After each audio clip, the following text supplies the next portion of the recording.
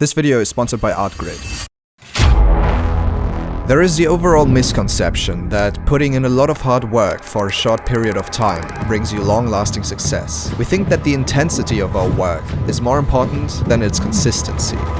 But in order to achieve ambitious goals, you need to show up every single day for a long time. Muscles don't build up by lifting heavy weights once, houses aren't built within a day, and there is no such thing as an overnight success.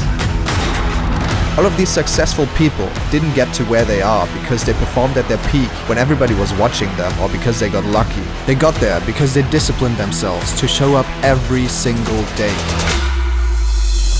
You have to develop habits which push your productivity and creativity and overall adapt your life to an effective schedule which helps you reach your most ambitious goals. You have to put in years of focused work in order to build up to a point where you have the chance of succeeding. And in the end, it all comes down to your habits and your discipline. Or in other words, your daily routine.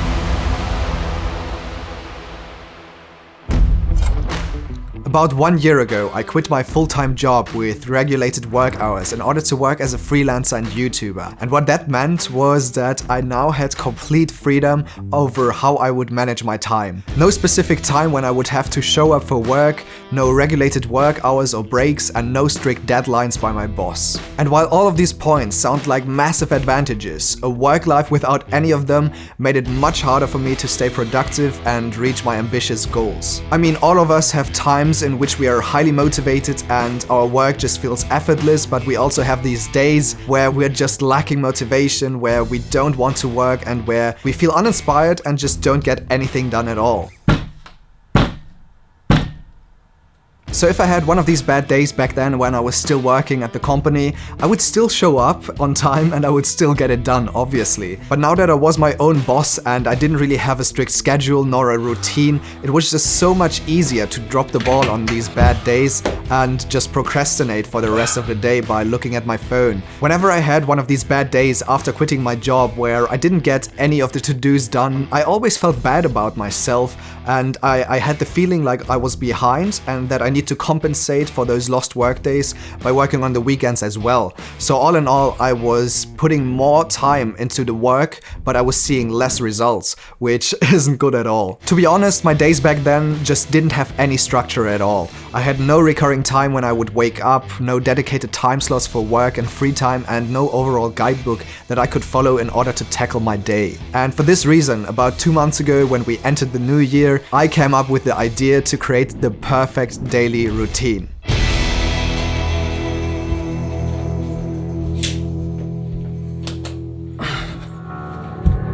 The first step was to prioritize my goals for the year and plan my daily time slots accordingly. My goal was not only to become more productive and efficient with my work, but also to find a good balance between work and free time, as I felt like they just melted together over the last year. Overall, I wanted to build up a daily schedule which could help me stay healthy, reach my work goals, enjoy my free time, and ultimately be more happy. So I got to my laptop and opened up Notion, which is kind of my all-in-one workspace which I use for almost anything related to drafting ideas, planning my videos, writing to-do lists, and all sorts of other things. If you'd like to see a full video on how I organize and plan all of my videos, let me know in the comments. So I drafted an outline of my daily routine by writing down the specific time slots and the according activities that I wanted to do. I assigned different colors to the time slots depending on what the activity was about. I wrote down the times when I wanted to wake up and go to sleep, where I would do some kind of physical exercise, where I would eat food, and dedicated time slots for both my work and my free time. Next up, I had to define some rules which would help eliminate possible distractions and help me stay focused on the activities I wanted to do. Rule number 1. I can only use social media during food slots. Rule number 2. It's possible to meet friends from 4 PM on if no work is urgent. Rule number 3. I'm able to take 2 days off each week to do what I feel like. And rule number 4. As long as I'm feeling healthy and motivated, the routine can be followed every single day without any off days. Alright, so now I want to show you my current daily routine, step by step, which I follow each day, so let's go. I wake up at 7 AM each day, also often on the weekends. In the beginning, when I started testing out my routine, I got up at 6 AM to have an extra hour of time, but that didn't really go too well. I tried it for a week and felt too tired throughout the day, which made me unproductive and overall moody. So I changed it to 7 AM, which works fine. After waking up, the first thing I do is take a shit. No, just kidding. The first thing I do is take a shower to clean myself, then I dry my hair, put in some hair wax and brush my teeth. After that, I finally let some light come into my room and I pick my clothes for the day. So I think it is extremely important to shower each day and also to dress up nicely, to just put on some normal pants and a shirt instead of just some sweatpants and a jumper. It just makes you feel a lot better. It makes you feel like you're ready for the day. It gives you a fresh feeling instead of that kind of like slumpy mood. Do you say slumpy? But yeah, it just kind of flips that switch in your head from chill mode to work mode. So I think it's super important. Another thing that I established is keeping my phone off for the first hour of the day or keeping it in flight mode until I have breakfast. I used to grab my phone right after turning off the alarm, just scroll through social media and looking at photos of other people. And I think it makes a huge difference to just start your day in your life, not in somebody else's life. So by not checking my phone right away, I just start the day much more present, and also I don't let my mood be influenced by external factors right away. So I think it's super important to keep your phone off for the first hour of the day. And one more thing I do each morning is making my bed. I think it is super important to keep your room tidy, to just have that kind of environment where you can focus. Just do your bed, it's not a big deal, and also by doing it the first thing in the morning, it kind of gives you that feeling of, okay, today's gonna be a good day, I'm gonna get something done, and it just kind of encourages you to do the next task. So yeah, do your bed, you lazy f***s.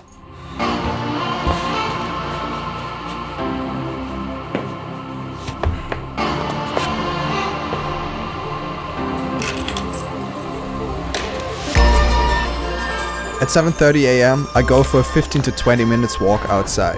I leave my phone at home and just give my body some time to boot up the system. So moving my body and just breathing some fresh air as the first thing in the morning makes me feel very, very present, and also gives me some time to wake up and also some time to think, to be honest. During these walks I have a couple of ideas what I want to do throughout the day, and also I think it is very, very important to start your day in a present mood, because if I just jump into my work right away, I'm a lot less motivated and it's a lot more difficult to get into that flow state where work becomes a lot more easy and where you get more done. So yeah, I think that these walks are very, very beneficial, and yeah, I love my walks.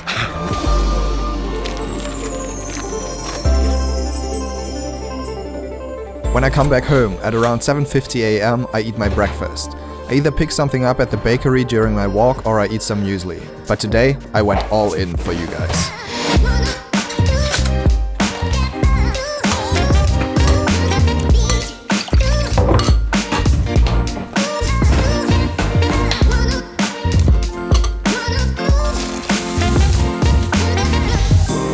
This is the first point of time when I turn on my phone in order to read messages, look at emails or go on social media. Most of the time I just quickly check if there's anything important, and then I watch the news from yesterday evening while eating my breakfast.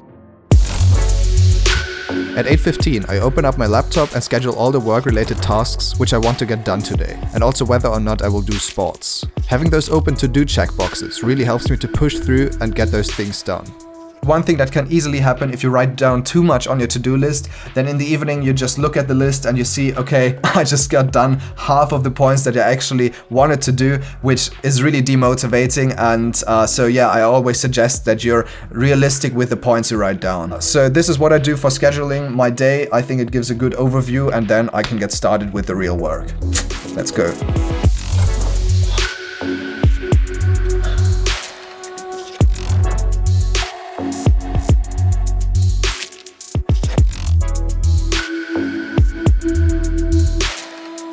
So as a freelancer in a creative space like myself, I'm a filmmaker, editor, freelancer, YouTuber, whatever you want to call it, you basically have two different kinds of work. One part is the creative part, the other part is the organizational part.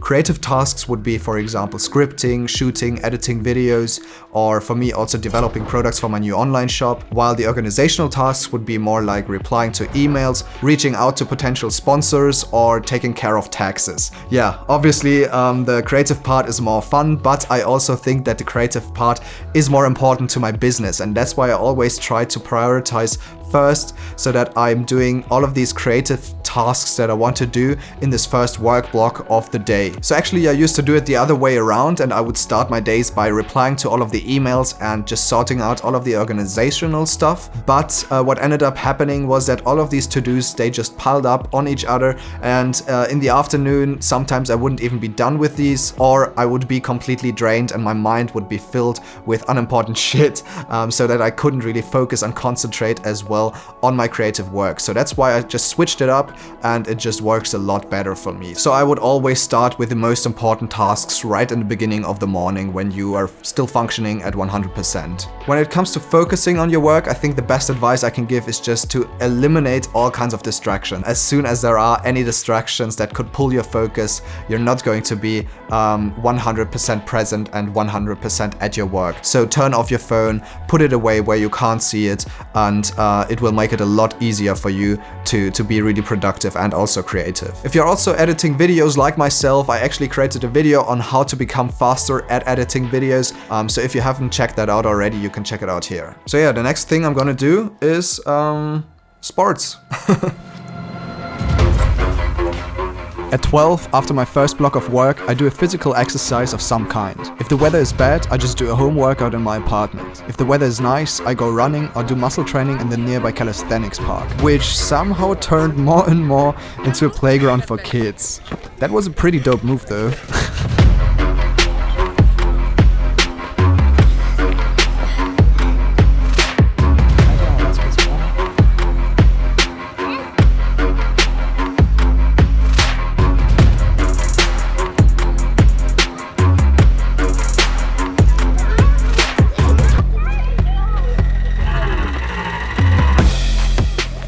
So, sports is also a very important part of my routine. I really like to go outside to do sports, either running or going here to the calisthenics park. Sports is just a really good compensation for all the desk work that I do in front of my laptop, so it gets my body in motion. And also, regarding my mindset, it just frees up my mind. Like when I'm going running, it's kind of a meditation for myself, where some new ideas can spark, and overall I just don't have that stress in my head. When it comes to sports, I actually follow the 2-day rule by Matt D'Avella, which basically says that I have to do sports at least every second day. So that means that I can do sports every day, I can do sports every second day, but I can't skip 2 days in a row. And that rule actually helps a lot in general when it comes to building up habits, because if you just skip one day and you get back to it, you still feel like you're pushing through and you still have that motivation that you're pulling through with your habits. But if you skip 2 days in a row, it's really easy to say, okay, I'm gonna skip another day, and then it's very easy to kind of lose that good habit. So yeah, I always try to do sports at least every second day. Let's go.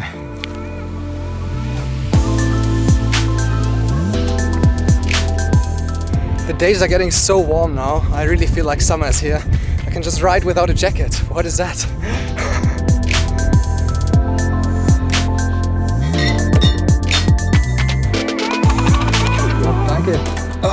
Also don't forget to drink something, guys. I forgot to bring something to drink while doing sports. Always stay hydrated. So good.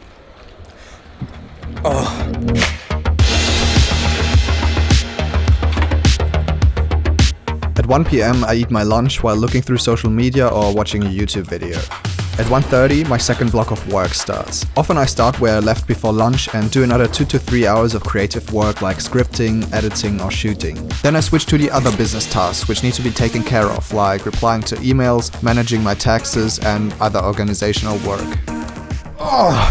So during this second work block of my day, I'm always trying to do all of the organizational parts, as I said before. One thing I also wanted to talk about is multitasking. I think that it is actually a little bit of a myth. Obviously, you think that if you do more things at the same time, you get more things done. But at least for me, I always do my things a lot better, and I'm also more productive if I do one thing at a time. So even if I do my organizational work, I'm just trying to do one thing at a time and just focus on that thing and do it really well, and then I'm going to jump onto the next one. I used to have like 20 tabs open at the same time because I thought it was much more effective, but at least for me it works a lot better to do just one thing. I I usually finish work at around 7 p.m. and if a video needs to be exported, I let the laptop do that overnight. As soon as I'm done with my work, I really try to keep my hands off of my laptop. I just try to kind of switch my mindset towards something else. I had to build up that kind of discipline throughout the last years because especially as a freelancer, there's always something to do. But yeah, I used to also work until late at night and sometimes even pull all-nighters to get my things done. But I just found out that it doesn't have any advantages for me. I would much rather just have a good night's sleep and have my body functioning properly on the next day and just get up early and just repeating that. I think that's what a healthy routine really makes, that it is sustainable, because if you just stay up late at night every day, you either have to sleep in until noon on the next day, which doesn't give you any advantage in terms of work hours, or you do it for a couple of weeks and you're just stressed out and you kind of hate your work. Like that's when you really disconnect with your passion, when you just work too much and you don't like it anymore. So yeah, I'm always trying more and more to discipline myself to kind of like meet that border of where I just say, okay, I'm done for today and now I'm gonna do something else. All the best.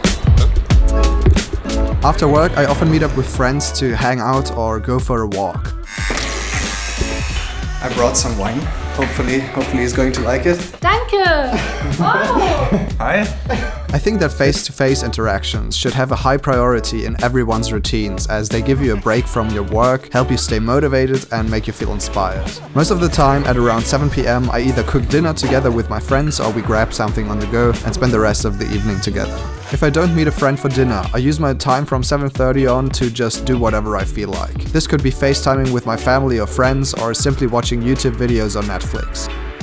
I also use the time to reset my living space by tidying up my room and washing the dishes so that I can start the next day without any friction or distractions. From 9 p.m. on, I try to give myself some time to explore new topics in order to get inspired and develop new ideas. This means either watching a documentary on Netflix or reading a book.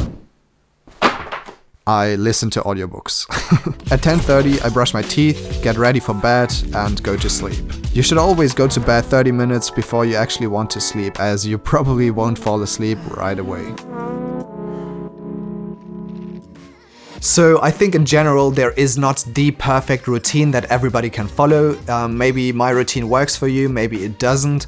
Each of us just has individual needs, individual goals. So therefore you shouldn't be scared to readjust your routine. Obviously you should have an outline in the beginning with the specific time slots and activities you want to do, but don't be scared to readjust them. As you saw in the beginning, I started by waking up at 6 a.m, but it just didn't work out for me, so I changed it. So play around with these times and find a routine that really fits your lifestyle. Next up would be to find a good balance between some deep and focused work and also some free time to re-energize, get some inspiration and motivation. I think it is really important to have that balance in a routine, because if you just do it this way, that you just have like work-related to-dos all day long, in the end you will hate your routine because you just feel like you're following each step like a robot. And the last thing that I learned and really want to improve in the future as well is to take breaks from your routine. That's really important. You need some free time and free space to not follow any rules, so I suggest that you